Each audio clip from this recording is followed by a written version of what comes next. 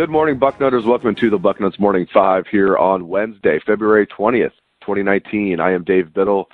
Very happy to be joined by the People's Champ, Matt Baxendell, as usual, on Wednesday.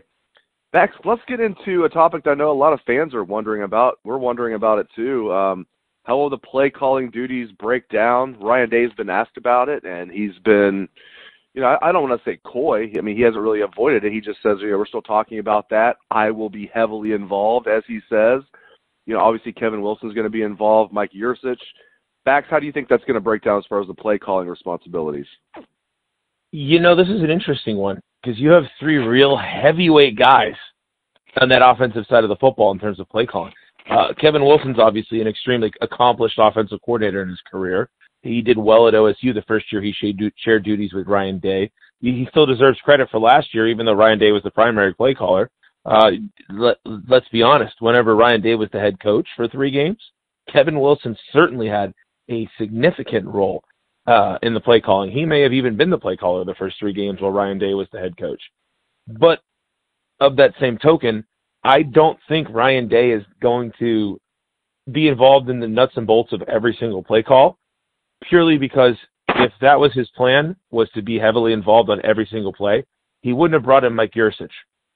I think Yurcich is the hire that says that Ryan Day is trying to be more of the overseer with his, hand in the cookie jar, but he's not trying to be the guy who is the nitty-gritty, what are we going to call on this play sort of thing. I'm sure, much like Urban did, he'll interject himself into the, quote, flow of the play calling.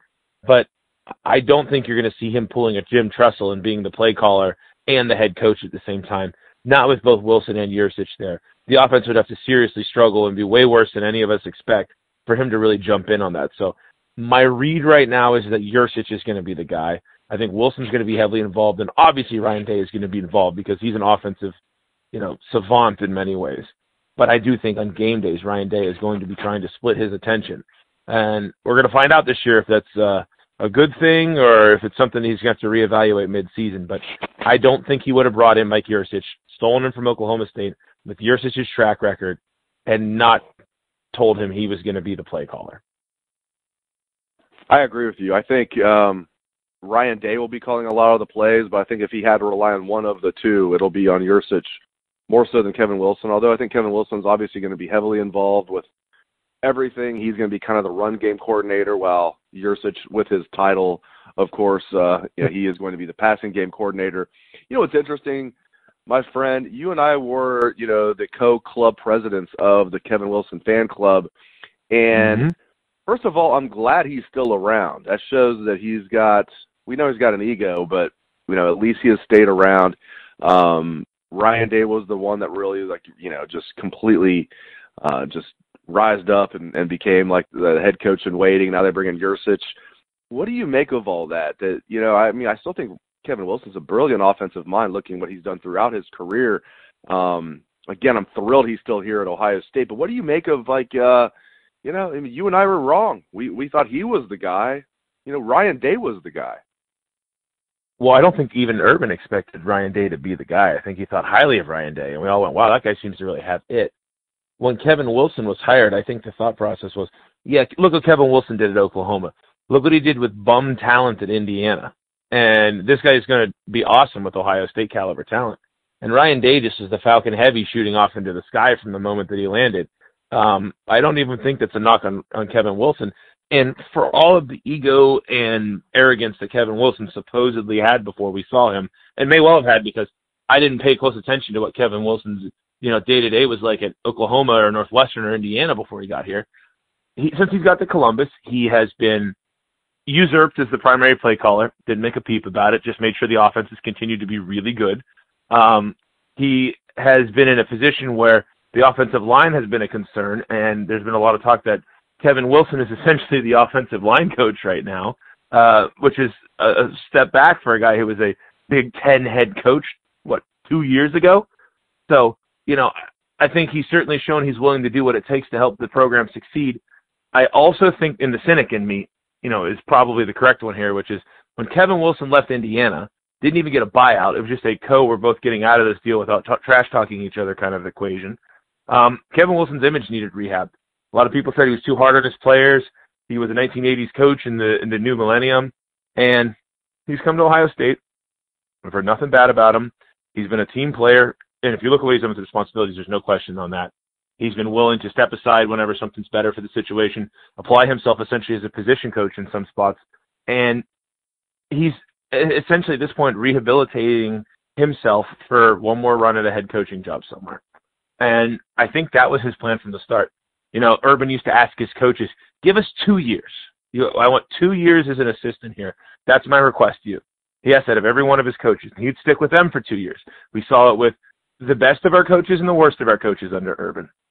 Kevin Wilson, I think, was always going to be a 3 or 4 year kind of thing, where Kevin Wilson was a significant presence in the offensive room, was a very successful presence in the offensive room, was sort of a Swiss Army knife when it came to coaching and the ability to coach quarterbacks, offensive linemen, the whole offense itself. And in another year or two, if Ohio State continues to just bomb on offense and have multiple first-round picks, because if Justin Fields is here 2 years and goes on to the NFL, he's going to be a high pick. Dwayne Haskins is about to be the top quarterback in the draft. And Kevin Wilson is going to get looks from somewhere as a head coach. He'll only be about 60 at that point, so you could hire him and have a reasonable run with him. And I think Kevin Wilson's time at Ohio State has been as much about him rehabilitating his image as a potential future head coach as it has been about, him being just a good coach. I think we all knew he was a good coach. For him, the questions that surround him as a coach are slowly fading into the past. And I think you're going to see in another year or two, Kevin Wilson's going to get a head coaching job somewhere. I like what you said about 3 heavyweight guys on the offensive side of the ball. I couldn't agree more when you look at Ryan Day and Kevin Wilson and Mike Yurcich. And that bodes well for one Justin Fields. Just what are, in year one, not even looking down the line at his career, but which could just be 2 years at Ohio State, of course. But in year one in 2019, Bax, what do you expect out of Justin Fields? That's not fair, but I expect him to be one of the 5 best quarterbacks in the country. Much like Ryan Day, year one. What's your expectation? That's fair. The standard is the standard. Yeah, I think that's fair. I think that's fair. Top 5 in the country. I think that's fair. Yeah, I mean, this is a guy who some people thought was a better prospect than Trevor Lawrence.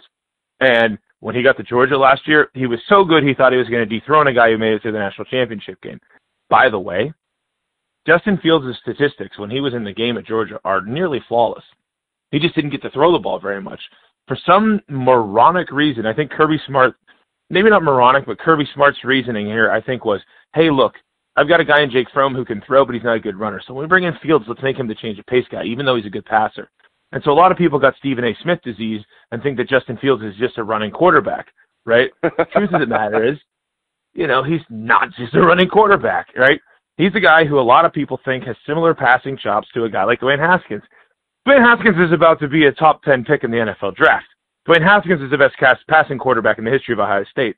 I'm not saying Justin Fields is necessarily going to be Dwayne Haskins throwing the football this year, but I'm saying he's not going to be J.T. Barrett throwing the football either. He's going to be a darn good passer. He may be more of an equivalent to LaTroy Smith in the modern era of football where, hey, guess what? This guy's got a gun, but he's an athlete.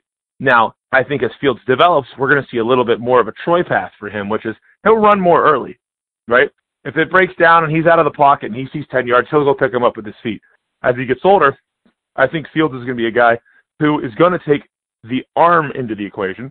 Because remember, he has 2 years here. So you said it was probably 2 years. I'll be stunned if it's not 2 years for Justin Fields. Something went horribly wrong if Justin Fields is here in 3 years. And he's a guy who is going to, the next 2 years for him, see this as his NFL film to be a top draft pick. And this is a guy, again, people thought he was better than Trevor Lawrence, some people. This was a coin flip for who was the number 1 quarterback last year coming out of high school. Trevor Lawrence just won the national championship. And while he may run people over in intramural league basketball and seem to have, I don't know what he's doing running over engineering students who are setting picks for him, but whatever. Trevor Lawrence is a hell of a quarterback, and everybody thinks in 2 years he's the number 1 overall pick. Justin Fields is the only guy who's going to give him a run for his money from the quarterback position. And now he's at Ohio State. And what's really awesome about this, and this is something that some people are just, I don't think a lot of the Ohio State public at large is yet aware of this. Ohio State is rapidly gaining a reputation under Ryan Day, without him having coached more than just 3 games as an interim role last year, as one of the premier quarterback factories in the country, right? I read something today about all the NFL scouts and how they're looking at Dwayne Haskins going into this draft, and there's a lot of talk that Ohio State and Clemson are Ohio State, Clemson, and Oklahoma are the three schools that are producing NFL quarterbacks. Like Lincoln Riley is the quarterback whisperer right now with all these Heisman guys, right? That's why Jalen Hurts went there.